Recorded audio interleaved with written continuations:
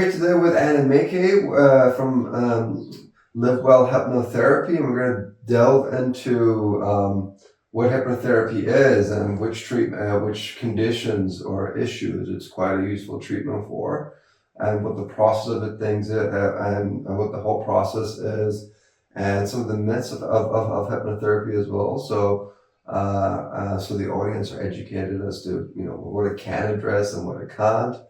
How are you, Annemieke? How's things? Yeah, great, thank you. I'm really excited about having a chat about hypnotherapy today and to talk through how it can help people. So that's really great. Hypnotherapy can help people for a lot of different issues. It can range from helping... Okay, start again. So, I'm sorry, as you were... Hypnotherapy can help people with a lot of different issues that range from stress, anxiety, trauma, particularly early childhood trauma, right through to changing their thinking and behaviour around unwanted habits that they have. So, for example, helping with weight reduction, smoking cessation, vaping, can help people with ADHD, for example, rather than trying to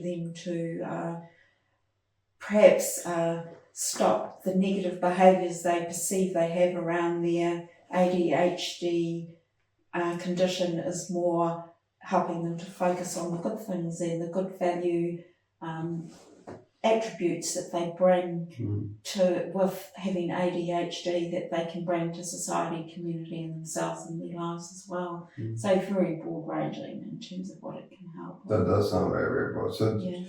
as to just a rehash and a quick overview for the listeners as to the issues it can address, we got ADHD, trauma, childhood trauma specifically. What else did you mention? Adult trauma, stress, anxiety, panic attacks, phobias, all those stress-related lifestyle issues, and also helping people find their direction, for example, which I didn't mention at the outset, but if people are feeling lost, don't know what direction to go in, hypnotherapy can help them find their way as well.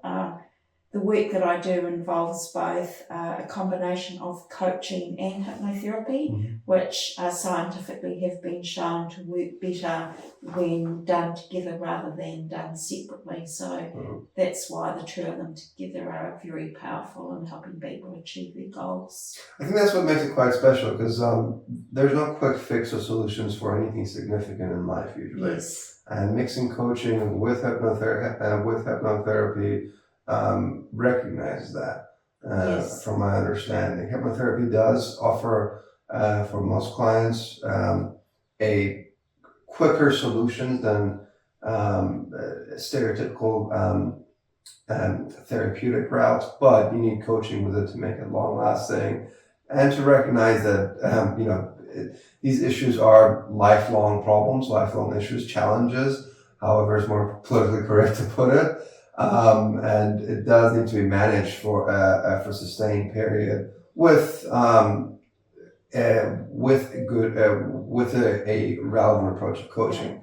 If I've understood it correctly. Yes, there's a bit of a myth out there that you can come to hypnotherapy and have one session and then magically you will be fixed and repaired, because that's what the media on television shows hypnotherapy to be. But in reality, you need a number of sessions and you need to be motivated and prepared to make changes in your life and make both conscious changes as well as changes through hypnosis to help you achieve your goals for change that you're looking for.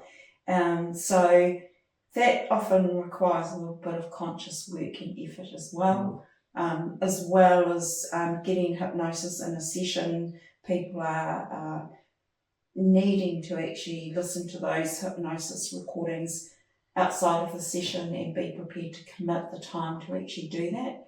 And hypnosis after one session will reset your thinking, but the reset will be a very shallow reset, which is not well entrenched in your habits and behaviours. So continuing to listen to the recordings will just make those changes more entrenched in your mind and make them more long-term. Mm. There are some people that, because of the nature of the issues that they have, or because the issues have been so long-standing or so ingrained in them, that ongoing listening to hypnosis recordings can be quite desirable to keep those messages strong and keep the changes strong, so that they continue to get ongoing benefit from the hypnosis that people have had.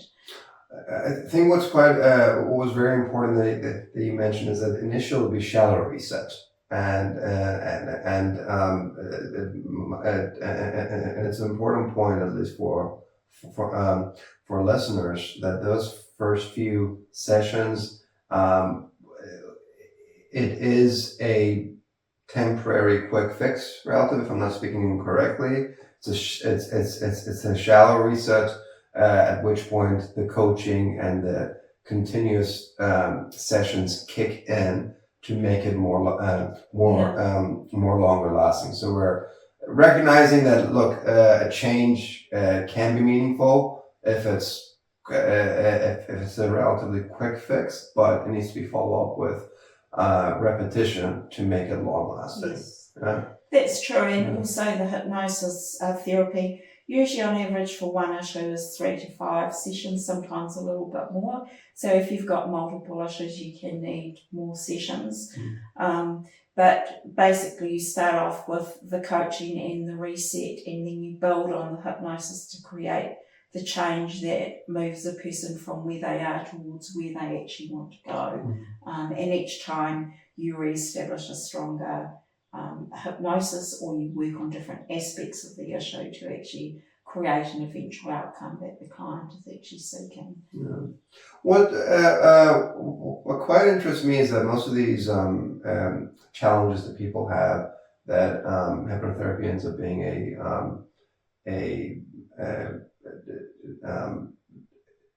a good treatment option for, tend to be societal issues that are born from living in modern society. Yes. Suppose if you were living in tribal times, in more primordial settings, ADHD, social anxiety, when you were surrounded with people that you were born into and grown up with all your life, would not really be as apparent as it is in a modern society. Does hypnotherapy recognize that?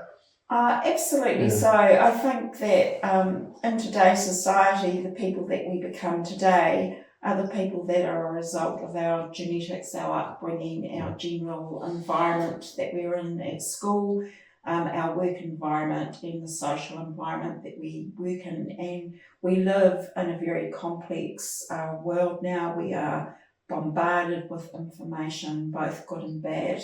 Our minds are naturally primed to look out for things that cause us danger or affect us negatively, so that we can protect ourselves, because that's what we do in nature. You know, when we were living back in caveman times, that's what we did. We had to look out for things that were going to harm us. So we're very reactive in that way. And we are reactive that way because we haven't evolved sufficiently to actually be able to eliminate the things that may cause threat to us in a very effective way in our bodies. So when we see things come at us in our lives on a day-to-day basis, all these things are coming at us. A lot of them are causing us to think in terms of, are these things causing us a threat or not? And our body tends to react to what it sees and what it perceives. In the modern day, there is so much coming at us that we tend to actually experience more stress and anxiety, more panic, more fear, because this is what we're seeing and what our mind is looking out for to protect us all the time. So on that issues of having challenges that are mostly that manifests itself in modern society, whereas maybe in tribal times it wouldn't as much. What resonates to my mind is Scott Galloway saying, look, our brain is low in resolution and very, very, very easy to trick. So that so that to me at least as a is a double-edged or can have some positives and negatives as well. In terms of negatives first, we could misinterpret being among strangers as a threat. Whereas in the wild, if we were in alien environments, we'd most likely be attacked, either by people or animals or both. Essentially, but now there's really nothing to fear in a alien environment with a bunch of strangers around us, but our brain misinterprets that as a threat. But that also means the low resolution, easy to trick. There are therapeutic solutions that can start training it for it to be less threatened with those environments that essentially trigger it to bring out these challenges that people experience every day that end up needing therapies for. Am I correct? I think so. But I think we need to be mindful of the fact that having a level of curiosity about having a level of I guess awareness of some things that could be a threat around you is something that we should always retain. But it should be at a level where it doesn't actually hold us back or stop us from doing things, or from stopping us from sleeping at night and that type of thing. So, from day to day, we do live in a society now where there are people that can potentially harm us. We need to be aware of those things so that we can protect ourselves, but we don't need to let it override us so that we can't function and do our daily activities with happiness and joy. So it's about actually creating a balance. Without fear, we actually don't become safe. So, if we have children that don't have fear of heights, or if, as adults we don't have fear of heights, or we don't fear things that can harm us or are not aware of them, then that means that we could get hurt. Good. So having a level of awareness of things that could cause us a threat is a good thing. It's about when it becomes overactivated that it becomes a problem, and it holds you back from doing the things that you like to do or cause you to be happy and fulfilled in life. That's when it becomes a problem. So there are all sorts of threatening things around us, but it's probably less immediate now than it used to be. I'm just assessing that risk and just managing our emotions and realizing how immediate it's actual immediacy. And often, if people can pose a threat, it may not be a physical harm in the immediate sense, but our brain can interpret it that way, and it may cause an overreaction. Triggers that brings your clients to you for you to help them with. Right? So let's delve down deeper. I mean, this was probably quite general. What are some of the most specific issues clients come to you with? I know we discussed earlier as to the challenges you provide treatment for, but what are specific issues that clients come to you for help? People come to me quite often for anxiety, worry. So as far as anxiety, if you can break it down, what sorts of anxiety? They have anxiety about being in social places, or they are worried about something. They maybe can't sleep because they're ruminating and worried about their jobs.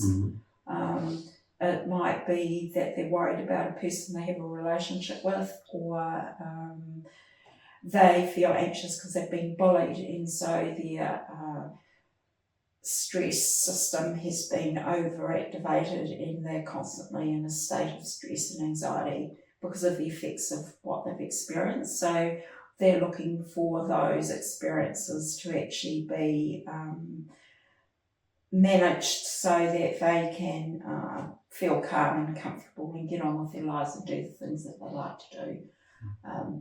Some people have fears, their fears can be phobias around, for example, having an injection, or it can be spiders, or it could be irrational fears about somebody coming into their home or So these phobias we're going into now. fears and phobias, they can kind of overlap. So a phobia is something that is an extreme irrational fear of something, but people can still have unrealistic fears that probably don't quite hit the level of being called a phobia, but can be an unrealistic fear. Still so somewhere in overreaction. between. It's just on the spectrum of, say, maybe fear and then heading towards a phobia. So those sorts of things. So, for example, I had a client and he's done a review on my website who signed up to become an instructor for skydiving. And all was fine until he had to jump out of an aeroplane. So he had a phobia about jumping out of an aeroplane, and he wanted to be able to. Very challenging. So that was a really interesting experience. And what we actually managed to do was have a session with him and actually get him to rationalise the fear at a conscious level in terms of looking at the fear he had of jumping out of the aeroplane and saying, well, you know, we know that people jump out of aeroplanes, there's a risk associated with it, and there always will be a risk. But the risk is managed, and how is it managed, and how comfortable can you feel with that, knowing that that risk is being managed in the way that they actually manage that, and then complementing that with hypnosis to say, well, yes, there are things that you can do in hypnosis to actually reduce that fear to a level where you can comfortably jump out of an aeroplane, and then actually doing some physical exercises, giving that client some tools such as breathing exercises to calm down their nervous system before they jump out of an aeroplane, when they're in the aeroplane on the way up, those types of things. So that comes into a range of things that we can do to help a person manage that irrational fear of jumping out of the plane. That's like a surgeon having a phobia of blood. Yeah. What do you call that phobia of blood? Is there a term I can't for remember. There is a word for it, but I can't remember it offhand. Yeah, but it's like a surgeon being very uncomfortable. Uncomfortable with blood. But we have I seem to recall that review on your website that you help the person having fear of heights get over to a point where they're a skydiving instructor now. They qualified as a skydiving instructor, and on their first day, they came to me saying, I need help urgently because I've got to jump out of an aeroplane tomorrow. Can you help me? And I said, I had a space available to help them, so I popped them into my schedule, did a hypnosis with them, sent them a recording immediately, got them to listen to it 2 or 3 times, and on the morning before they actually did their first skydive, and that person actually did their skydive and did another 6 jumps that day, and continued on through their skydiving program to become a qualified instructor. No, that's quite an extreme example and a very positive end. On a positive light, that you can go from having an irrational fear of jumping out of a plane to being a skydiving instructor, and it just shows how transformative this process can be. Let's delve deeper into some of the common processes used for various issues and challenges. The reason I say challenges is because, like I said, if we're in primordial times, these may not be as much of an issue as it is in modern society. So it's a nature nurture thing. It's as much nurture as it is nature, or it's as much objective as it is subjective in this case. But yes. What are some of the common practices you utilize for treating patients or clients in terms of overcoming their challenges? What's involved? Usually with my sessions, I usually start off with my client getting a really good understanding of what's going on for them, what their issues are, what their concerns are, and what they've actually tried before, what they found helpful and not so helpful. My first sessions are usually about 2 hours, 2.5 hours, just to get through that information. And I will usually after that do a hypnosis which will actually support the client to just calm down the effects of what they're experiencing that they want to get rid of, and then get them to listen to that recording for a period of time. And then we will go on to look at moving on into the program. Usually before we have our first session, I have my first half-hour consultation, which is complimentary and obligation-free. So we have a bit of a chat about their situation, and when I get an understanding of that, I can outline a bit of a program.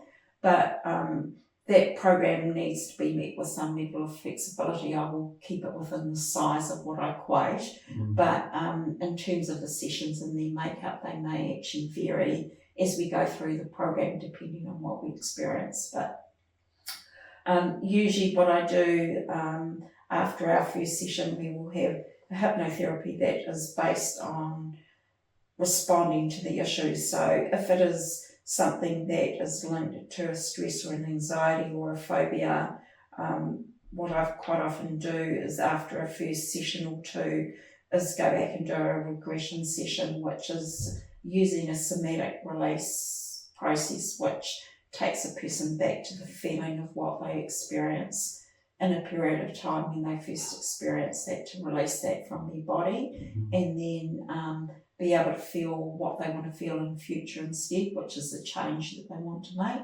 and through hypnosis session, that change in feeling that they want when we've removed that feeling, and then bring them back to the current day and then let them continue on. For those regressions, I actually don't do recordings because we need to make sure we keep people safe through those processes, and doing that on their own through a recorded process is not possible, and it's also an interactive session, so we move on to that. I then, when people have released those feelings, go on to do hypnosis that help people reinforce the changes that they've actually wanted to make, for example, and then go on to give them quite often confidence hypnosis, which will actually help them with their confidence to be able to reinforce the changes that they want to make, or reinforce the behaviours or the new behaviours that they need to make to actually be able to move forward. And sometimes it takes a number of sessions. Some people will respond more quickly and other people are a little bit more slow in their response.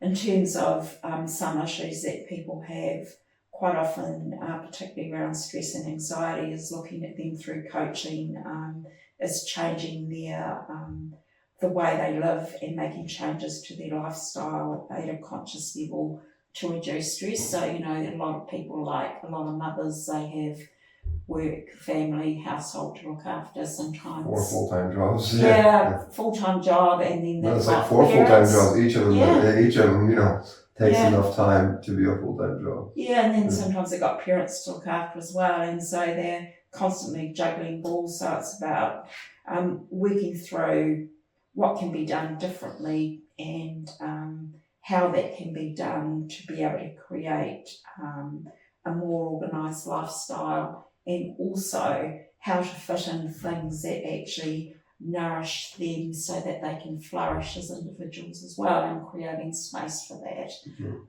When people have a more balanced lifestyle and they are doing things that they need to nourish themselves, then they can cope with stress a lot easier, because they have a balance of periods of stress and then relaxation. And stress and relaxation, we're designed to handle stress. Our bodies have a system to deal with it, and we can deal with it very well and very effectively, but for limited periods of time. Once we've had a period of stress, we need a period of recovery so that we're ready for the next stress that comes along. You can't be sprinting at a marathon length all the time. You can run quite fast for 10, 20 seconds. Yeah.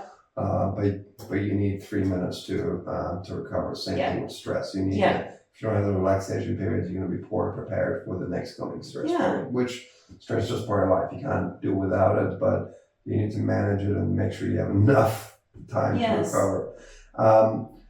So basically the sessions, from my understanding, it's divided into 2 parts.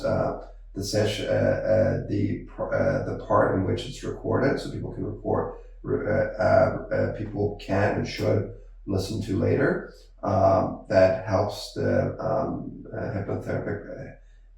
hypnosis being more effective, and the parts of it are quite interactive. It's not really designed to be recorded. It's more the essence of it is in the participation of the therapy. The third limb to this, coaching. Where does coaching come in? Yeah, coaching happens throughout the hypnosis sessions. So there's a bit of coaching at the beginning, and depending on what each client needs, there might be ongoing coaching through the sessions. They may be a separate coaching session on their own, or they may be interspersed with coaching and hypnosis together. So it just depends on how the program proceeds, what the client needs, and the level of coaching that we're including in the program. So there will always be an element of coaching that is part of the program. Just some programs will have more coaching. So we're quite often there's quite a bit of coaching involved with people that are looking for to reduce weight and to manage their stress and anxiety and their fears and phobias, so that we can work through conscious differences that need to be made to support the changes that the person wants to achieve. I also do a life balance appraisal for most of my clients, because quite often when people come to me with an issue, there is something out of balance in their life which is actually causing them to have the issue. So for example, if you're having somebody that's looking to reduce their weight, there may be emotional reasons while they're eating. They might be dissatisfied with their life, they may be stressed, they may be angry, there could be a whole range of reasons. So what we do is a life balance appraisal to look at how balanced their life is, where they're happy, where they're unhappy, where they need to make changes.